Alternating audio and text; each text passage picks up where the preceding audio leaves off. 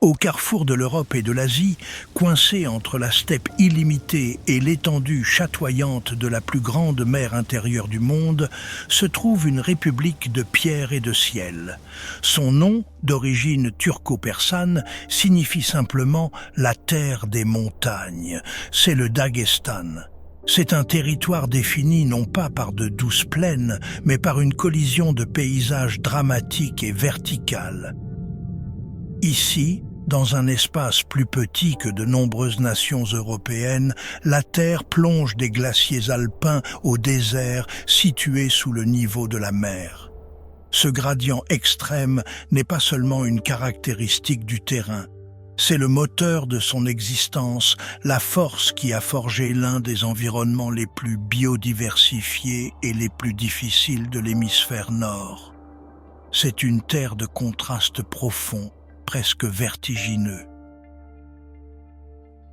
Au sud, les pics colossaux du Grand Caucase s'élèvent pour toucher les nuages, avec le sommet recouvert de glace du mont Bazarduzu atteignant plus de 14 652 pieds à la frontière avec l'Azerbaïdjan. Ces montagnes ne sont pas un seul mur monolithique, mais un labyrinthe de falaises abruptes, de gorges profondes, de canyons ombragés et de plateaux isolés occupant la moitié de la masse terrestre de la République. C'est un monde fracturé en 1000 vallées cachées, chacune avec son propre caractère subtil. De ces hauteurs, la terre descend en cascade à travers des contreforts boisés riches en chênes et en charmes, puis plus loin dans les steppes arides et balayées par les vents. Finalement, elle s'installe dans la vaste étendue brûlée par le soleil de la dépression caspienne, où des plaines salines et d'anciens fonds marins se trouvent à 92 pieds sous le niveau de l'océan.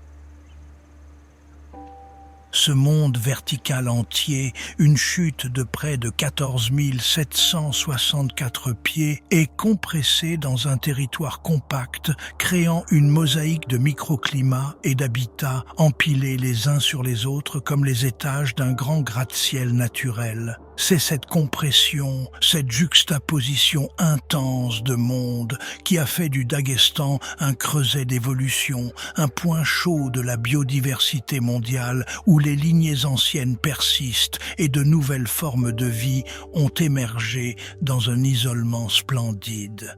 Mais comment la vie non seulement survit-elle, mais prospère-t-elle dans un monde d'une verticalité aussi brutale? Quel genre de créature peut appeler à la fois le désert brûlé par le soleil et le pic gelé son foyer? Ce n'est pas seulement un lieu sur une carte, c'est un laboratoire de vie régi par les lois inflexibles de l'altitude et du climat.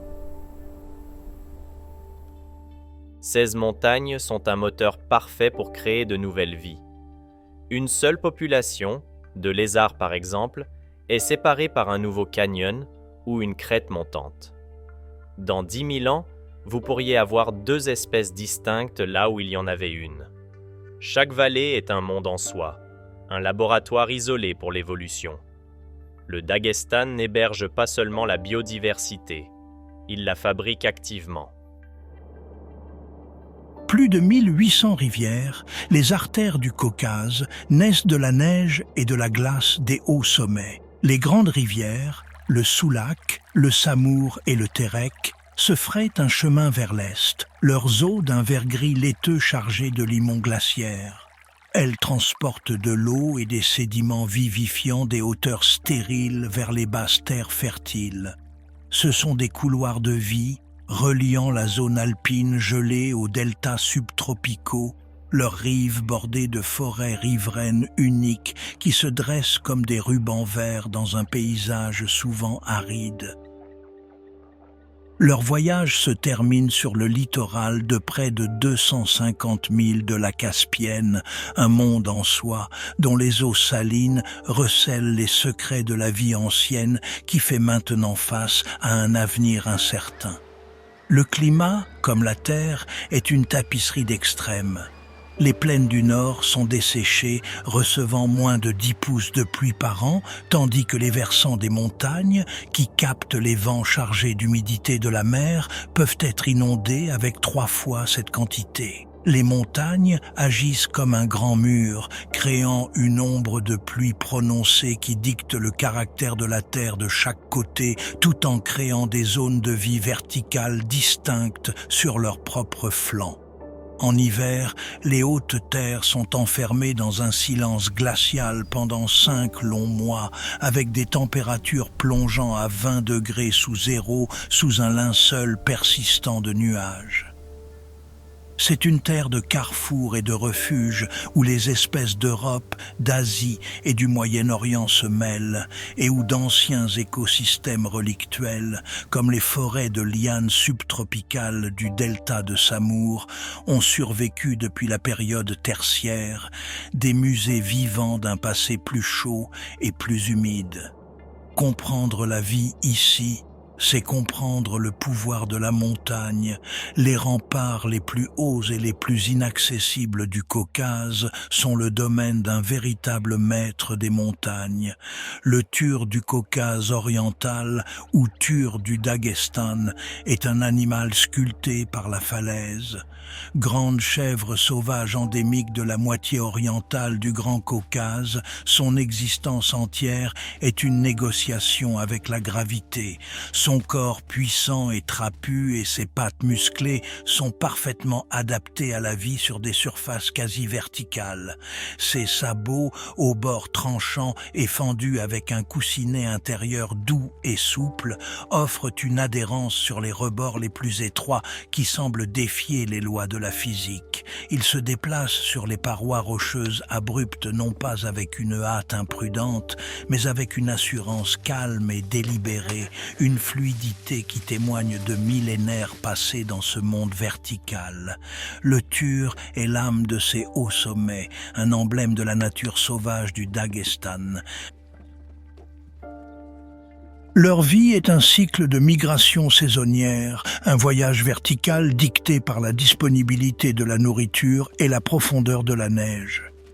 Au fur et à mesure que le dégel du printemps monte sur les pentes, faisant fondre la couverture hivernale et révélant les premières pousses de verdure, les Turs le suivent. Ils montent vers les hauts alpages qui se trouvent au-dessus de la limite des arbres, de vastes tapis d'herbes et de fleurs sauvages qui s'épanouissent sous le soleil intense de l'été. Ici, de mai à octobre, ils broutent la riche poussée de nouvelles pousses, reconstituant les réserves perdues pendant le long hiver et se renforçant pour les défis à venir. Les mâles, avec leurs magnifiques cornes en forme de cimeterre qui peuvent atteindre plus de 3 pieds de long, balayant leurs épaules, broutent souvent à des altitudes plus élevées et plus ouvertes. Les femelles et leurs petits, nés à la fin du printemps, ont tendance à chercher l'abri relatif des pentes légèrement plus basses, ne s'éloignant jamais des voies d'évacuation offertes par la falaise la plus proche. La naissance d'un chevreau est un miracle tranquille dans ce paysage rude.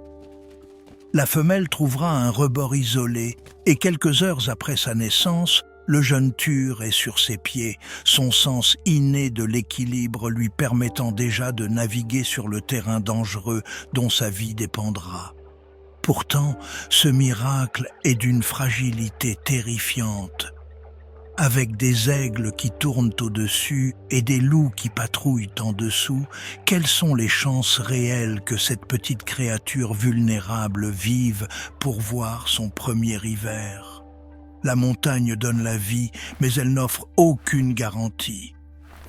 Avec les premières neiges de l'automne, les troupeaux commencent leur descente. Ce n'est pas une fuite paniquée, mais un mouvement progressif et réfléchi vers des altitudes plus basses et des pentes orientées au sud, cherchant refuge contre l'enneigement hivernal profond et se nourrissant des buissons ligneux de leurs arbustes robustes.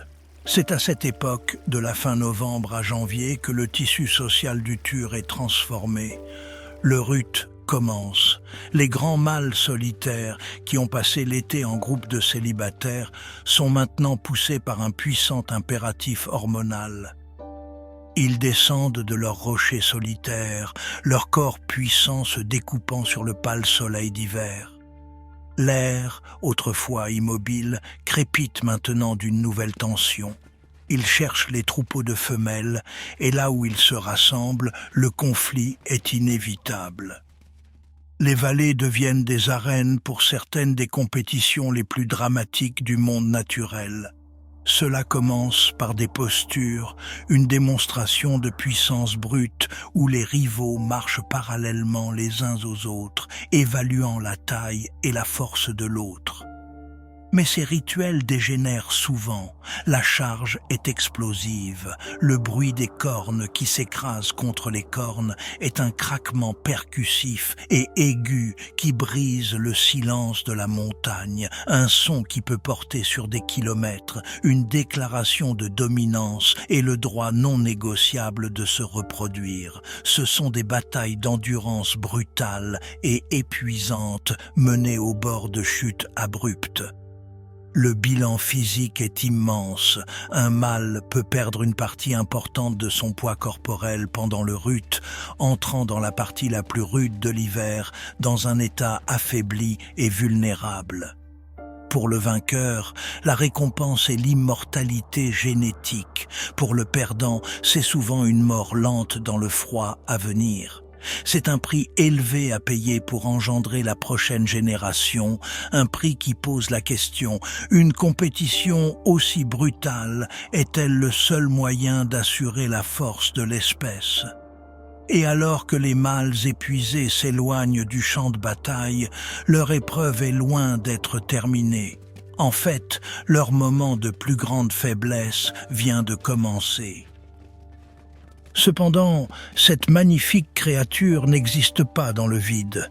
Sa vie se déroule sous le regard constant et vigilant d'un prédateur aussi parfaitement adapté à ce monde que le Tur lui-même, le loup eurasien. Dans le Haut-Caucase, la relation entre le loup et le Tur est une danse ancienne de poursuite et d'évasion. Les loups du Daghestan sont adaptables. On les trouve depuis les steppes ouvertes jusqu'aux hautes forêts, mais c'est dans les montagnes que leur intelligence et leur complexité sociale sont les plus apparentes.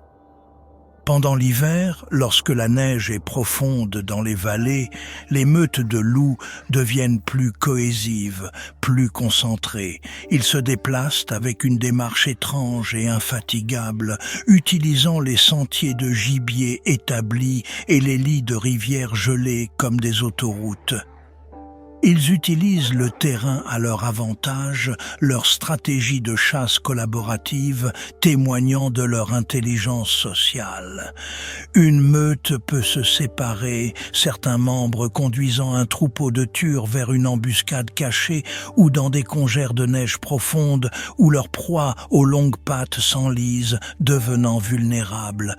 Mais s'agit-il d'un pur instinct, d'une collaboration préprogrammée, affinée par des éons d'évolution, ou cela suggère-t-il quelque chose de plus, une stratégie consciente, une compréhension partagée du paysage et de l'esprit de leur proie? Les observer, c'est être témoin d'une forme d'intelligence sociale si raffinée qu'elle frise la profondeur. La chasse est un effort stratégique et collaboratif. Une meute testera un troupeau courant à ses côtés, leurs yeux scrutant le moindre signe de faiblesse, un jeune chevreau, une vieille femelle ou un mâle épuisé par le rut récent. Ce sont des poursuivants implacables, leur système cardiovasculaire affûté par l'air raréfié de la montagne. C'est une chasse verticale, où les mouvements saisonniers du Tur dictent les terrains de chasse du loup. Les vies du prédateur et de la proie sont inextricablement liées par le rythme des saisons, un drame intemporel joué sur le toit du Caucase. La santé de la meute de loups est un reflet direct de la santé des troupeaux de Tur, et la vigilance du Tur est le résultat direct de la pression omniprésente du loup. Alors que le loup est une force visible et omniprésente, un autre prédateur plus insaisissable partage ses hauts domaines. C'est une créature d'ombre et de mythe, un fantôme des montagnes, le léopard de Perse.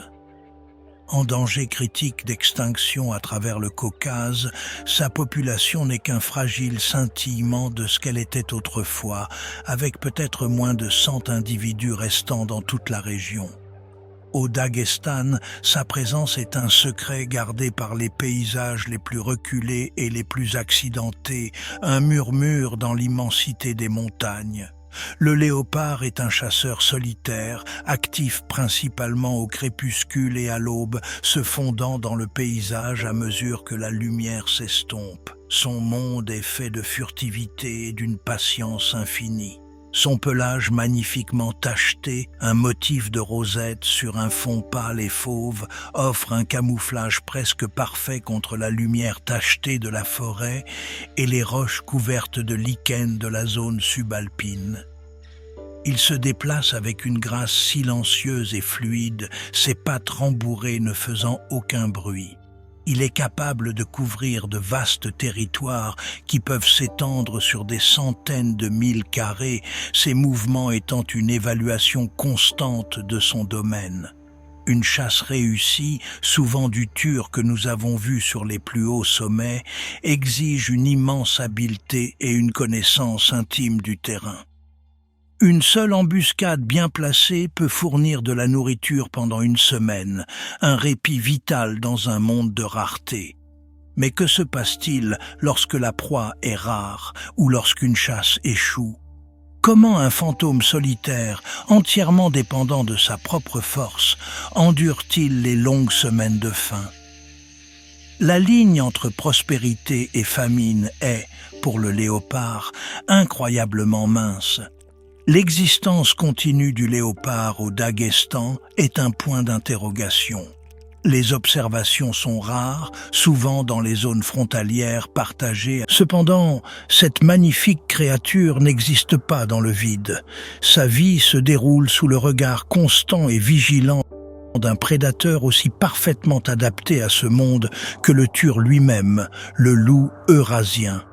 Dans le Haut-Caucase, la relation entre le loup et le tur est une danse ancienne de poursuite et d'évasion. Les loups du Daghestan sont adaptables, on les trouve depuis les steppes ouvertes jusqu'aux hautes forêts, mais c'est dans les montagnes que leur intelligence et leur complexité sociale sont les plus apparentes.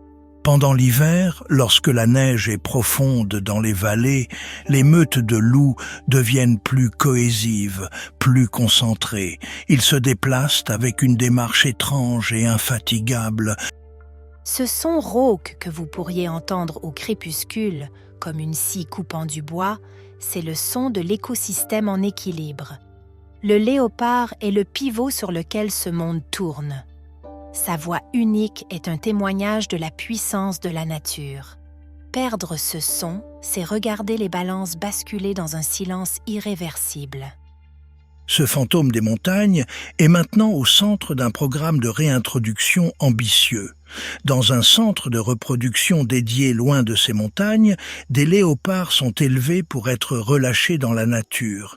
C'est un processus délicat et complexe. Les animaux apprennent à chasser des proies vivantes, à se méfier des humains et à retrouver les instincts de leurs ancêtres sauvages, tout en minimisant leur habituation à la captivité. Chaque léopard relâché avec un collier GPS est une balise d'espoir. Ses mouvements sont suivis par satellite, chacun de ses succès et échecs fournissant des données cruciales pour l'avenir de son espèce. Le retour du léopard est plus que la réintroduction d'une seule espèce. C'est une tentative de restaurer une pièce manquante de l'âme des montagnes, de rendre à l'écosystème son intégrité une fois de plus. le troisième grand prédateur des montagnes du Daghestan, est une créature d'une immense puissance et d'une adaptabilité surprenante, l'ours brun eurasien. Présent dans les contreforts forestiers et sur les pentes des montagnes, l'ours est un véritable omnivore. Sa vie est dictée par la générosité saisonnière de la terre. Lorsqu'il sort de sa tanière hivernale au printemps, décharné et affamé après des mois d'hibernation, il cherche des protéines. Il utilisera son incroyable sens de l'odorat pour localiser les carcasses d'animaux qui n'ont pas survécu à l'hiver et chassera activement les faons nouveau-nés du chevreuil ou les jeunes vulnérables du sanglier. C'est une phase brutale, mais nécessaire pour relancer son métabolisme après la longue stase de l'hiver. Mais à l'arrivée de l'été, son régime alimentaire change radicalement. Les longues journées sont une période d'hyperphagie, une période frénétique d'alimentation pour accumuler les réserves de graisse essentielles au prochain sommeil hivernal. Les forêts et les prairies deviennent un garde-manger. L'ours se régale d'un vaste éventail de baies, de fruits, de noix et de glands, son puissant sens de l'odorat le guidant d'une parcelle productive à l'autre. Il se goinfrera de cerises sauvages, de framboises et de myrtilles, ses lèvres et sa fourrure tachées de jus. Un seul ours peut consommer des dizaines de milliers de calories par jour, son corps se transformant à mesure qu'il accumule une épaisse couche de graisse vitale sous son manteau hirsute. Mais ce festin frénétique comporte ses propres risques. Il oblige l'ours à s'aventurer dans des zones plus ouvertes, ce qui augmente les chances d'une rencontre dangereuse avec des humains ou d'autres ours. C'est une course contre l'hiver à venir, un pari que la générosité de l'été sera suffisante. La tanière d'hiver de l'ours, souvent une grotte ou un terrier creusé sous les racines d'un grand arbre, est un sanctuaire de tranquillité. Les oursons, généralement de 1 à 3, naissent dans l'obscurité de la tanière entre janvier et février. Ils sont minuscules, aveugles et totalement impuissants, pesant moins d'1 livre.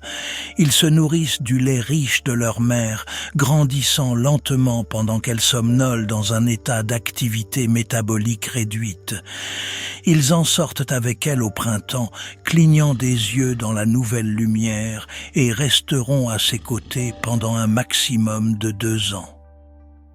Pendant ce temps, elle leur enseignera tout ce qu'ils ont besoin de savoir, quelles plantes sont comestibles, où trouver les meilleurs parterres de baies, comment déterrer les racines et comment éviter le danger, en particulier de la part des ours mâles adultes qui peuvent les voir comme une menace.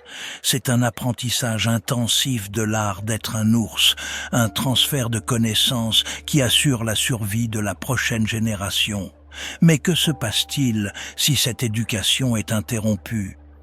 Un ourson qui perd sa mère avant la fin de sa 2e année est presque certainement condamné. Un rappel brutal que dans ces montagnes, la connaissance est aussi vitale que la force. Lorsque nous descendons des hauts sommets, le paysage se transforme à nouveau. Les forêts de montagnes denses cèdent la place à la vaste étendue aride de la dépression Terek-Kuma, également connue sous le nom de steppe de Nogaï. C'est un monde différent, un semi-désert de sols sableux et salins et de températures extrêmes. La vie ici ne consiste pas à naviguer sur des falaises verticales, mais à endurer la chaleur, la sécheresse et la rareté. La végétation est clairsemée et spécialisée, des plantes résistantes et tolérantes au sel, comme l'armoise et l'herbe à plumes qui scintillent dans la brume de chaleur, leur feuillage gris argenté étant une défense contre le soleil et le vent desséchant. Ce paysage rude est un pâturage d'hiver crucial pour le bétail, une tradition de transhumance qui voit jusqu'à 2 millions de moutons descendre des montagnes pour paître ici pendant les mois froids. Mais historiquement, c'était aussi le domaine de l'une des créatures les plus remarquables de la steppe, l'antilope saïga.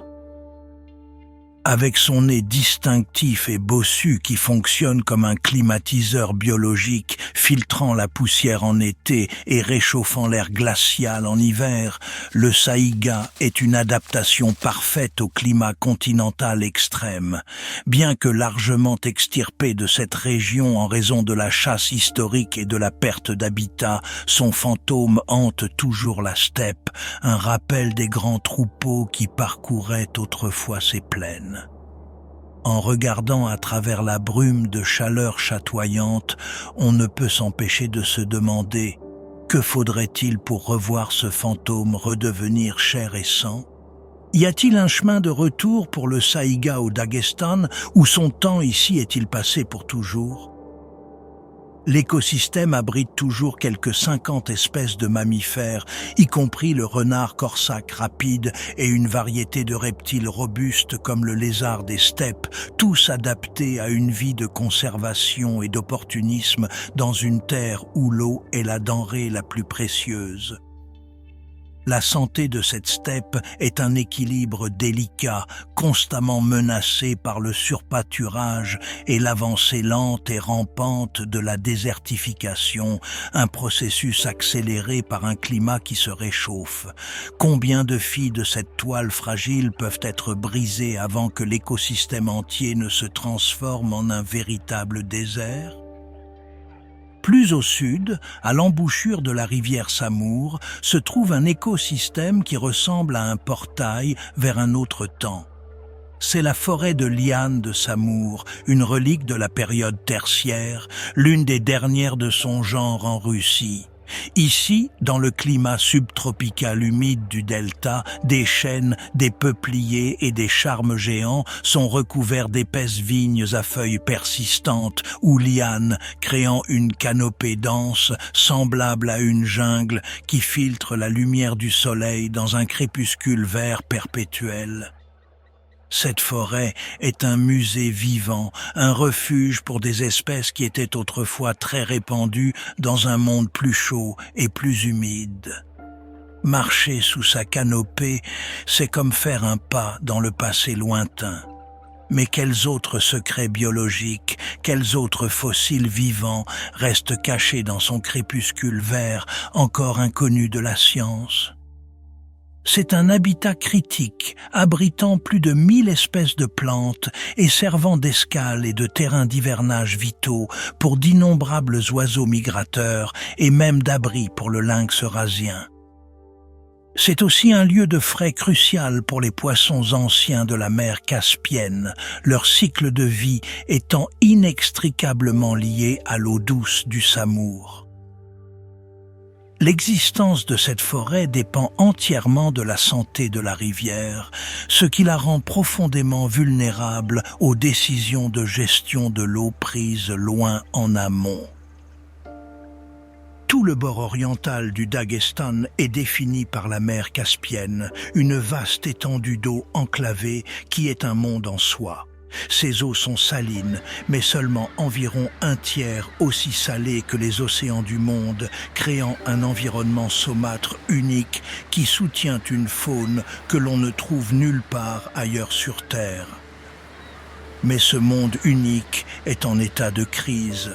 La Caspienne se rétrécit, poussée par la hausse des températures et l'évaporation accrue. Les modèles scientifiques prédisent que le niveau de la mer pourrait chuter de 59 pieds d'ici la fin du siècle.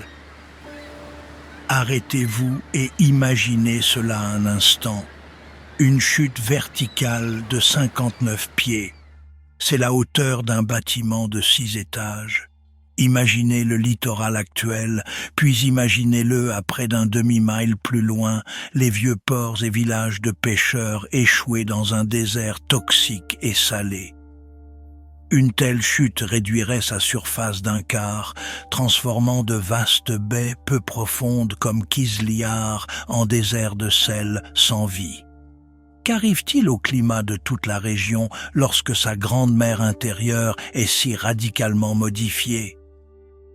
Cette dessiccation catastrophique, combinée à la pollution due à l'extraction de pétrole et de gaz et aux déchets industriels, pousse les espèces endémiques de la Caspienne au bord de l'extinction. La plus emblématique d'entre elles est le phoque de la Caspienne, le seul mammifère que l'on trouve exclusivement dans ces eaux.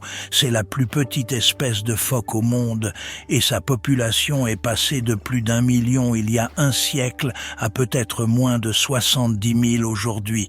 Son cycle de vie entier est lié aux champs de glace hivernaux qui se forment dans le nord de la Caspienne. C'est sur cette plateforme de glace stable que les femelles donnent naissance à leurs petits à la fin de l'hiver.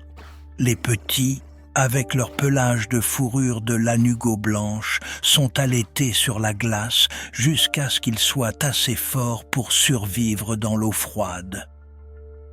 Regardez leurs yeux, inhabituellement grands, parfaitement conçus pour trouver la vie dans ces profondeurs troubles. Ils sont parfaitement adaptés à ce monde unique, mais ils ne peuvent pas échapper à son effondrement. Leurs pouponnières de glace font maintenant des semaines avant la date prévue. Et nous sommes obligés de regarder un animal construit pour la survie devenir une victime d'un climat qu'il ne peut pas échapper. Le réchauffement climatique est en train de voler leurs pouponnières. Sans la glace, les phoques sont forcés de se rassembler sur des rivages surpeuplés et exposés, où les petits sont vulnérables aux maladies et à la prédation des loups qui patrouillent le long de la côte. Leur sort est un baromètre direct de la santé de l'ensemble du bassin de la Caspienne. Les légendaires esturgeons de la Caspienne partagent cette existence précaire. La Caspienne est le réservoir le plus important du monde pour ses fossiles vivants, des survivants blindés d'un monde perdu, notamment le géant beluga, l'esturgeon russe et l'esturgeon étoilé. Ces poissons anciens qui nagent dans les eaux du monde depuis l'époque des dinosaures sont maintenant en danger critique d'extinction.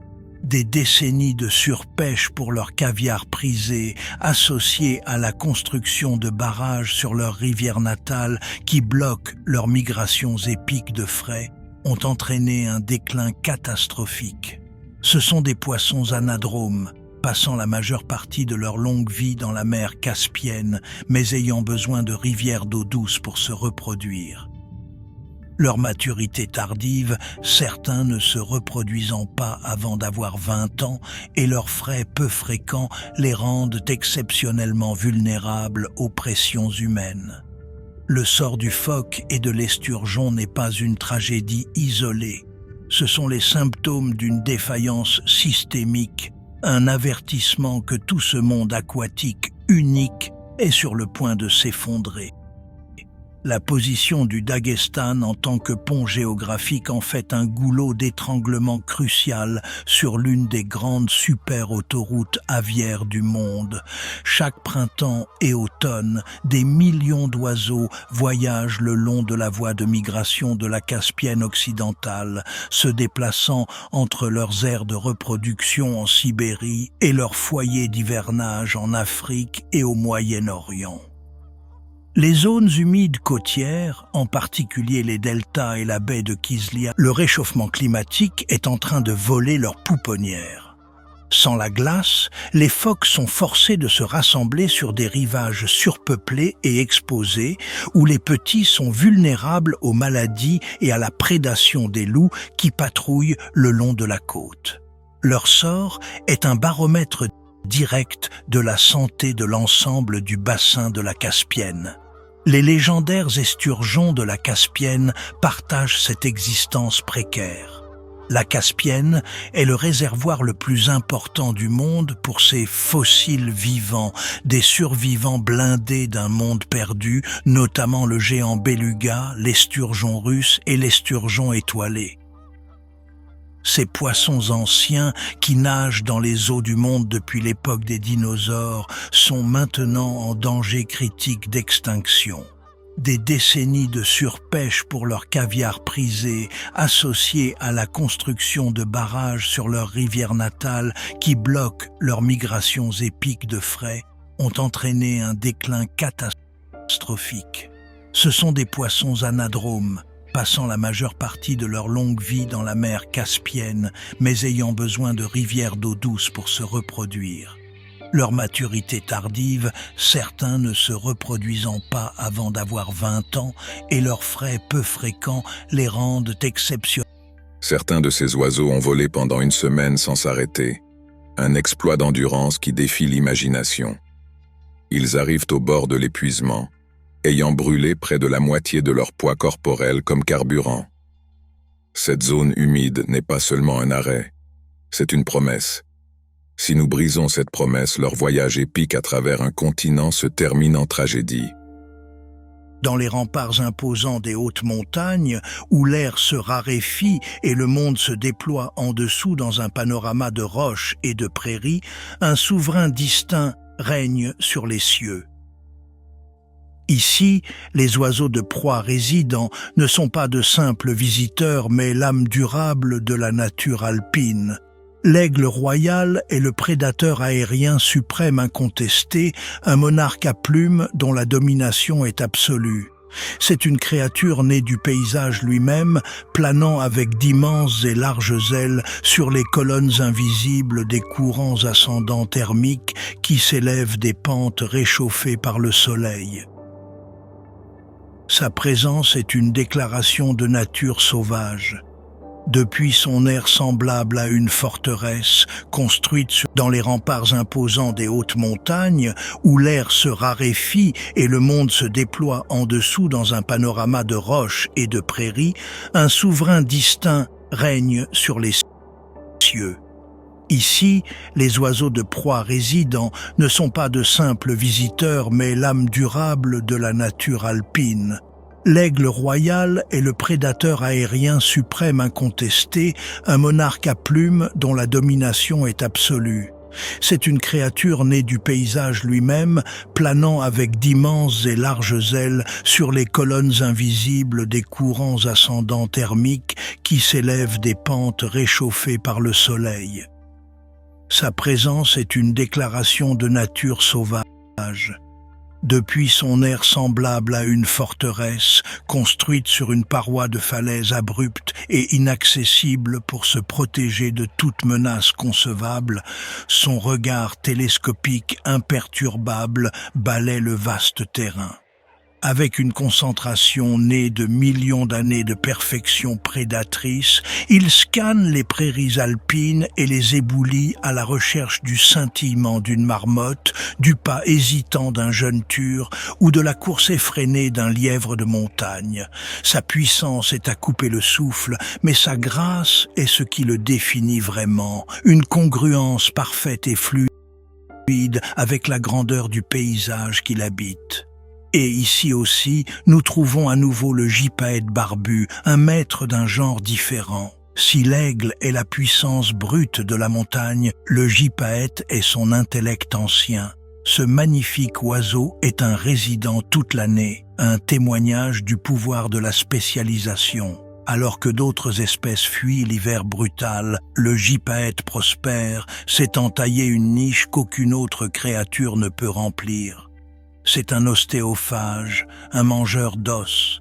Sa technique légendaire de transporter de grands os hauts dans les airs et de les laisser tomber sur une dalle de pierre préférée, son ossuaire personnel, est l'un des exemples les plus remarquables d'utilisation d'outils dans tout le monde aviaire. Ce n'est pas une simple force brute, c'est un acte calculé, une démonstration de physique et de prévoyance. L'oiseau doit juger le poids de l'os, l'altitude, le vent et le point d'impact précis pour briser sa prise et exposer la moelle nutritive à l'intérieur.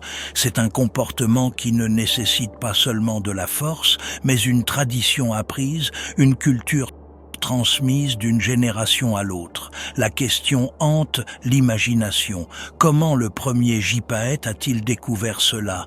Était-ce un accident fortuit, un repas tombé qui a révélé un secret? Ou était-ce un moment de perspicacité aviaire profonde, une étincelle de génie qui a changé son espèce pour toujours? C'est une question qui repousse les limites mêmes de la façon dont nous définissons l'intelligence animale. Ces oiseaux, du migrateur de longue distance au résident hautement spécialisé, sont tissés dans le tissu écologique même du Daghestan. Leur présence et leur diversité étonnante témoignent de la riche tapisserie d'habitats que la République offre, mais leurs avenirs sont inextricablement liés à la santé de ces habitats. Face à des pressions immenses et croissantes, un effort de conservation à multiples facettes est en cours. C'est un récit complexe de lutte et d'espoir, une mosaïque d'initiatives qui vont des programmes internationaux de haute technologie, utilisant Une marque de griffe d'ours sur un arbre, l'odeur d'un loup, c'est le plus vieux langage de la montagne, une conversation écrite sur le paysage. Les animaux le lisent tous les jours. Mais notre bruit, notre présence, noie leurs mots. Nous essayons de préserver une conversation que nous pouvons à peine comprendre. En réponse, les approches de conservation sont nécessairement diverses. La réintroduction du léopard de Perse est un programme descendant à vocation scientifique, une tentative audacieuse d'inverser une extinction. Mais sur le terrain, un autre type de conservation prend racine. Dans les montagnes du district de Tliarata, des communautés locales ont formé leur propre brigade anti-braconnage pour protéger le tur du Caucase oriental. Ce mouvement populaire est un modèle puissant. Il recadre le tur non pas comme un concurrent pour le bétail, mais comme un atout précieux. C'est une approche basée sur la connaissance locale et un lien profond avec la terre. Mais cette passion locale est-elle suffisante face aux syndicats criminels internationaux intéressés par des trophées? Elle contraste fortement avec les défis auxquels est confrontée la Caspienne, où les actions locales sont insuffisantes. La survie du phoque et de l'esturgeon de la Caspienne dépend de la coopération internationale entre les 5 États riverains, un niveau de gouvernance politique et environnementale qui s'est jusqu'à présent avéré tragiquement insuffisant. Le Daghestan est à la croisée des chemins. Son extraordinaire patrimoine naturel, forgé dans le creuset de sa géographie spectaculaire, est menacé par un réseau complexe de pressions locales et mondiales. La réintroduction du léopard est un symbole d'espoir puissant, mais son succès n'est pas garanti. C'est un pari sur l'avenir, un acte de foi que l'ensemble de l'écosystème montagnard peut être sécurisé et restauré suffisamment pour soutenir son roi légitime.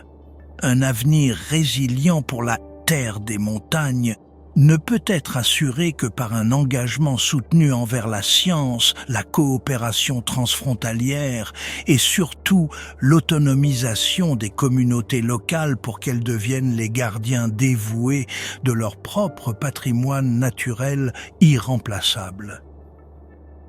L'histoire de la vie au Daghestan a toujours été une histoire d'adaptation et de survie dans un monde d'extrêmes. Le prochain chapitre sera déterminé par la capacité de l'humanité à adapter son propre comportement pour que ce monde sauvage, beau et fragile, perdure. Mais le temps presse.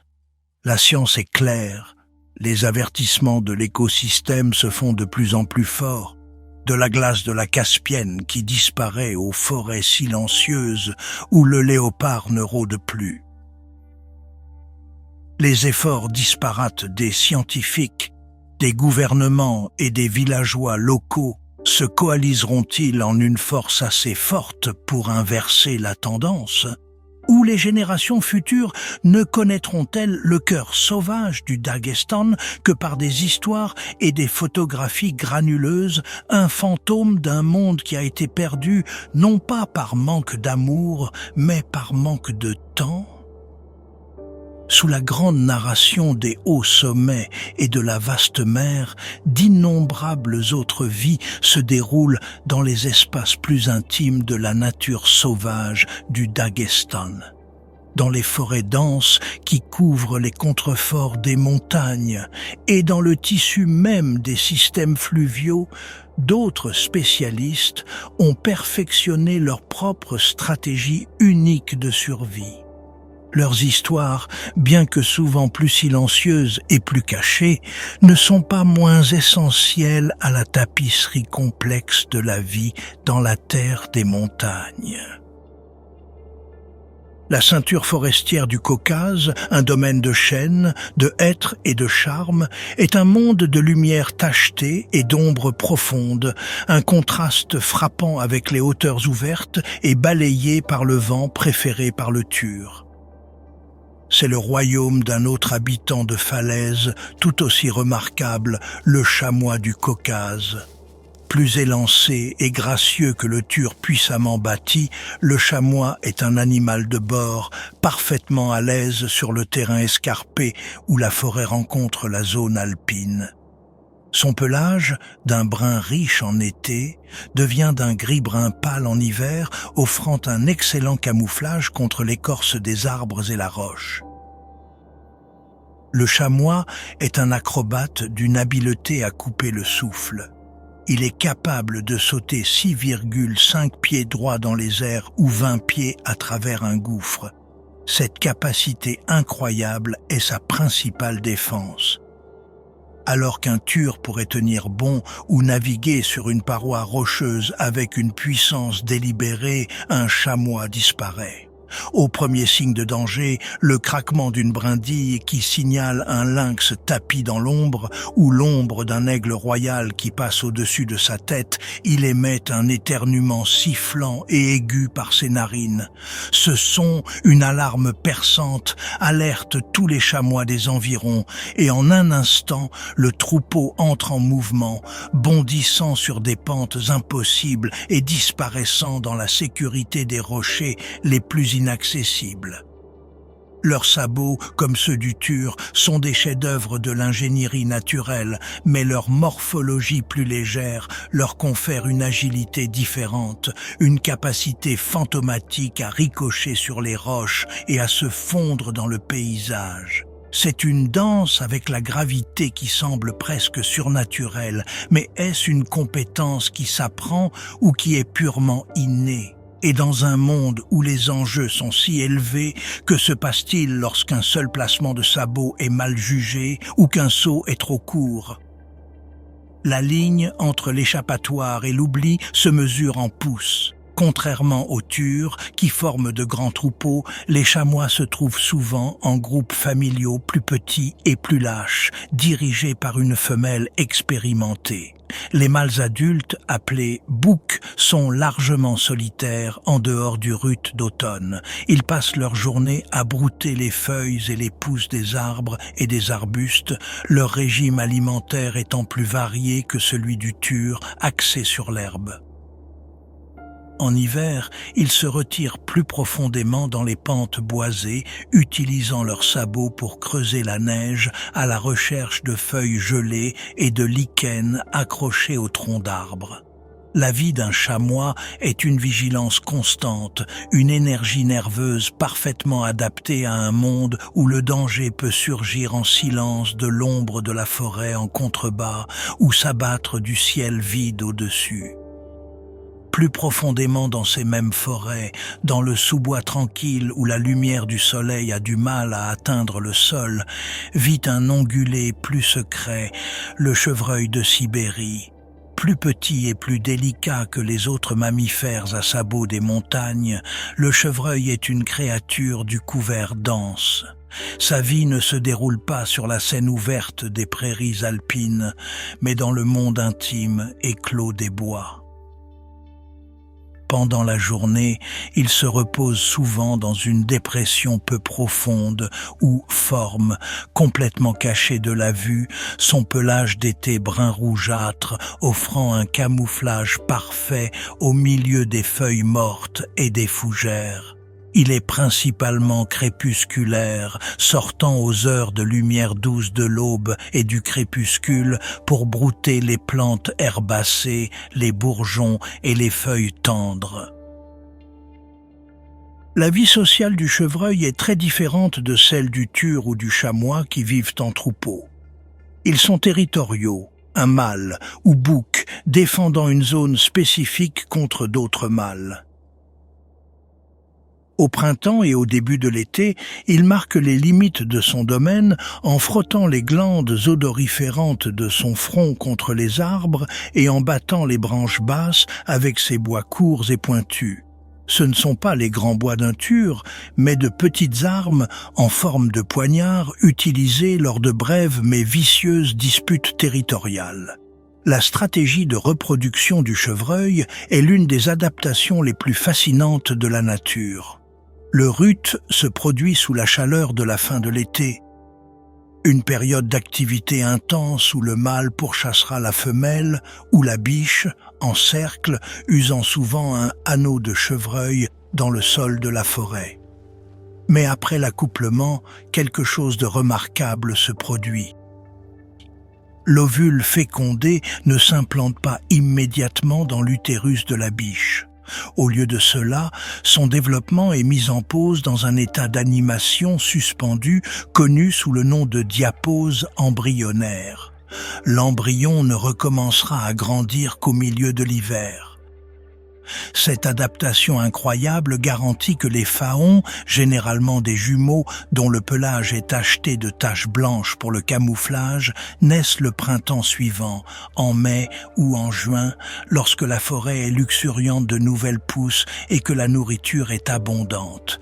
C'est une stratégie de timing parfait, un processus tranquille et caché qui relie la chaleur d'un été à la promesse d'une vie nouvelle l'année suivante. C'est un pari silencieux et époustouflant sur l'avenir, une synchronisation parfaite avec le rythme des saisons. Mais cette dépendance au secret et à la subtilité ne le rend-elle pas également particulièrement vulnérable ?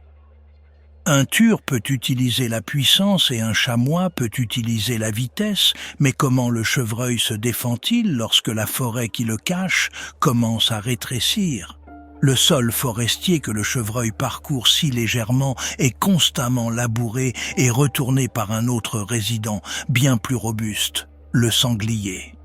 Cet animal puissant et intelligent est l'ultime omnivore, un survivant adaptable que l'on trouve dans toutes les forêts de feuillus et mixtes du Daghestan.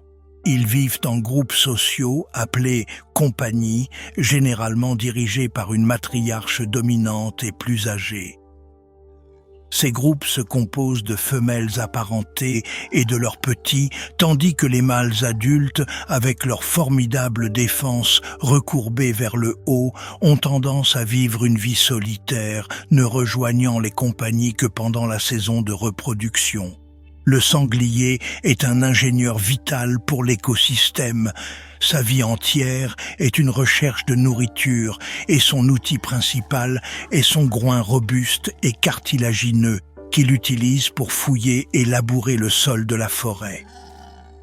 Ce creusage constant aère le sol, aide à décomposer la litière de feuilles et disperse les graines des plantes et les spores des champignons. Dans une forêt de chênes en automne, une compagnie de sangliers peut être une force de la nature, retournant bruyamment la terre à la recherche de glands tombés, une source de nourriture essentielle et riche en graisse qui les aide à constituer des réserves pour l'hiver. Leur régime alimentaire est incroyablement varié.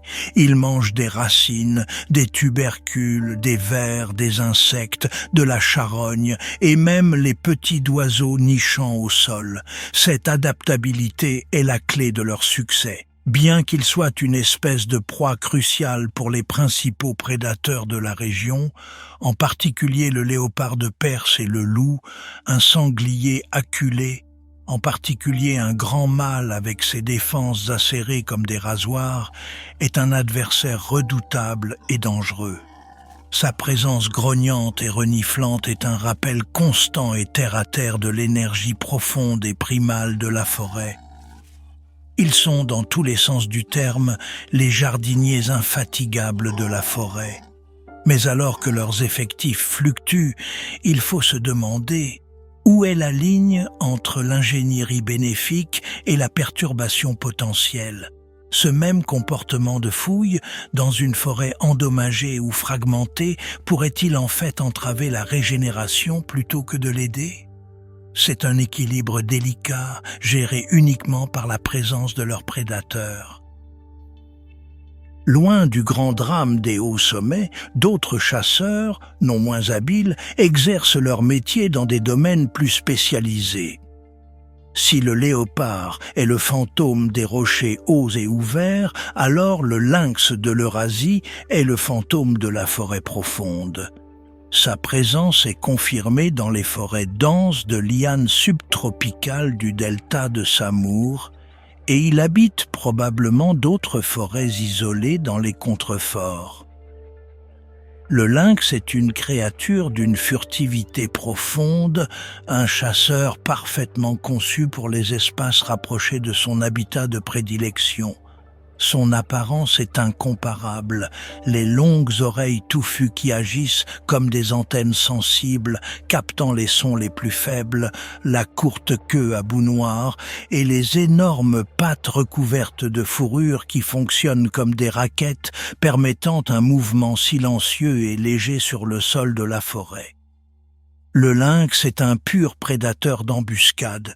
Contrairement à un loup, il ne compte pas sur son endurance pour pourchasser sa proie. Au lieu de cela, il s'appuie sur une dissimulation totale et une soudaine et explosive poussée de vitesse. Sa stratégie de chasse est une étude de la patience. Il reste à l'affût pendant des heures, immobile, à côté d'un sentier de gibier ou dans un fourré donnant sur une clairière, ses yeux perçants, réputé capable de repérer une souris à 75 mètres, fixée sur son environnement.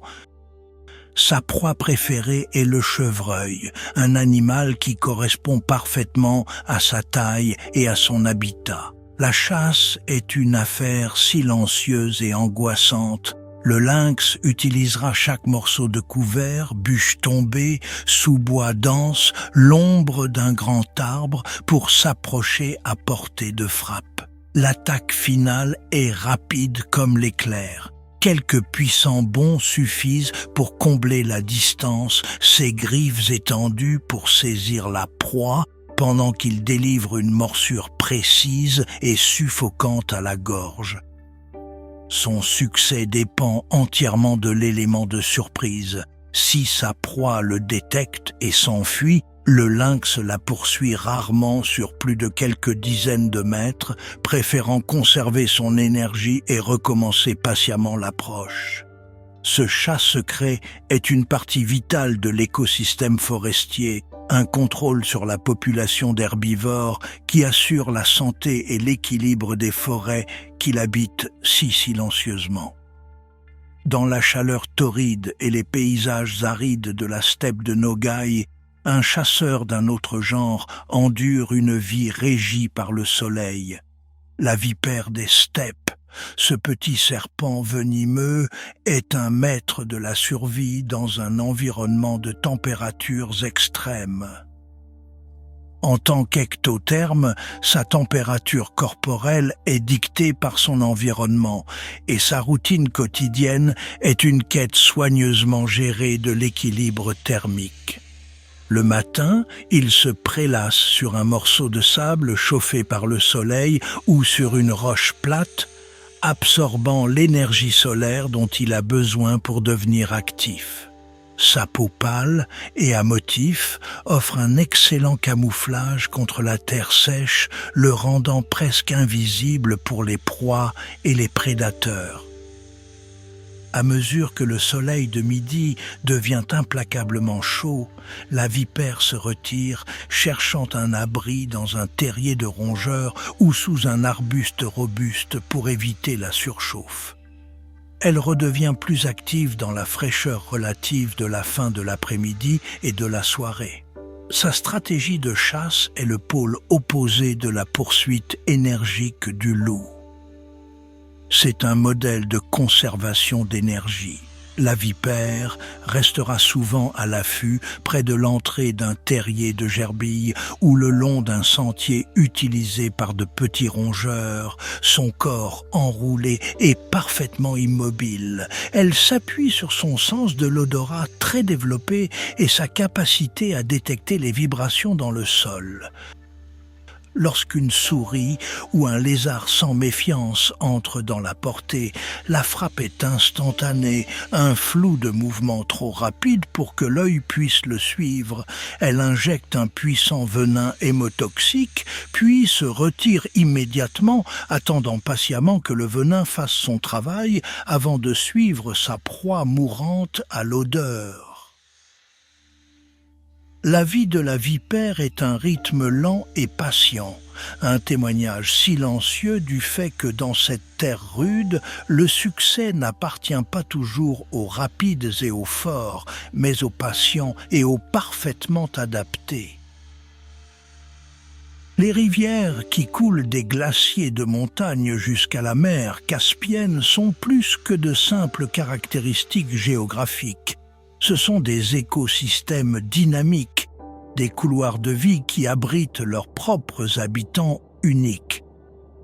Dans les ruisseaux clairs, froids et rapides des contreforts du Caucase, un prédateur enjoué et extrêmement efficace s'installe, la loutre d'Eurasie. Membre de la famille des belettes, la loutre est conçue pour une vie dans l'eau. Son corps long et profilé, sa queue puissante et ses pieds palmés en font une nageuse agile et gracieuse. Sa fourrure dense et imperméable emprisonne une couche d'air contre sa peau, offrant une isolation contre l'eau froide des montagnes. La vie de la loutre semble être une exubérance joyeuse. Elles sont connues pour leur comportement ludique, glissant sur les berges boueuses et les pentes enneigées, ou jonglant avec des cailloux avec leurs pattes de devant agiles. Mais ce jeu a un but sérieux, affinant la coordination et les compétences nécessaires à un chasseur prospère. Leur régime alimentaire principal se compose de poissons, qu'elles poursuivent sous l'eau avec une vitesse et une agilité remarquables. Leurs moustaches sensibles ou vibrisses peuvent détecter les vibrations les plus faibles émises par les poissons se déplaçant dans l'eau trouble ou sous les roches, ce qui leur permet de chasser efficacement, même dans des conditions de faible luminosité. Elles mangent également des écrevisses, des grenouilles et, occasionnellement, un campagnol aquatique ou un oiseau. La présence de loutres dans un réseau hydrographique est un puissant indicateur de la santé de l'écosystème. Elles ont besoin d'eau propre et non polluée et de populations de poissons saines pour survivre. Leurs terriers, appelés catiches, sont souvent creusés dans la berge avec une entrée sous-marine assurant la sécurité contre les prédateurs terrestres comme les loups ou les ours. La vue d'une loutre, sa tête élégante brisant la surface d'un ruisseau de montagne claire, est un signe rassurant que la rivière elle-même est vivante et en bonne santé, une artère vibrante pompant la vie du cœur des montagnes vers la mer. Dans la canopée des forêts de feuillus, une autre vie se déroule, loin des luttes au sol ou dans l'eau. C'est le domaine de l'écureuil du Caucase. Rongeur agile et arboricole, sa vie est une course verticale constante à travers les branches des chênes, des hêtres et des charmes. Ses griffes acérées offrent une excellente adhérence sur l'écorce et sa longue queue touffue agit comme un superbe contrepoids pour les sauts audacieux entre les arbres et comme un parachute pour ralentir sa descente s'il devait tomber. Le rythme de l'année de l'écureuil est dicté par la production de noix d'arbres. L'automne est une période d'activité frénétique. C'est une course pour ramasser et stocker autant de glands de faines et de noisettes que possible avant qu'elles ne soient consommées par d'autres habitants de la forêt comme le sanglier. L'écureuil ne stocke pas toute sa nourriture dans un seul grand garde-manger. Au lieu de cela, il s'engage dans un comportement connu sous le nom de scatter hoarding, stockage dispersé, enterrant des centaines ou même des milliers de noix individuelles dans des trous peu profonds à travers son territoire. Sa survie pendant les mois de vache maigre de l'hiver dépend de sa mémoire spatiale remarquable, sa capacité à retrouver ses minuscules caches cachées, souvent sous une couche de neige. Ce comportement, né de la nécessité individuelle, a un effet profond et bénéfique sur toute la forêt. Les noix que l'écureuil ne trouve pas, et il y en a toujours beaucoup, sont parfaitement plantées pour germer le printemps suivant. De cette façon, l'écureuil devient un forestier involontaire et très efficace, assurant la régénération des arbres, même qui lui fournissent sa nourriture et son abri. Sa vie est un état de vigilance constant, ses grands yeux toujours attentifs aux dangers venant d'en haut, en particulier des rapaces comme l'autour des palombes. Le cri d'alarme aigu et bavard d'un écureuil est l'un des systèmes d'avertissement les plus efficaces de la forêt, alertant les cerfs, les sangliers et les autres créatures au sol de la présence d'une menace potentielle. C'est une voix petite mais vitale dans le réseau complexe et interconnecté de la vie des bois. Regardez le Tur. Il vit au bord de l'abîme, fort, intrépide et libre. Il est l'esprit de notre peuple sculpté dans la corne et le muscle. Le laisser mourir, c'est laisser mourir une partie de nous-mêmes. Nous ne sauvons pas seulement un animal. Nous défendons notre propre âme, inscrite contre le ciel.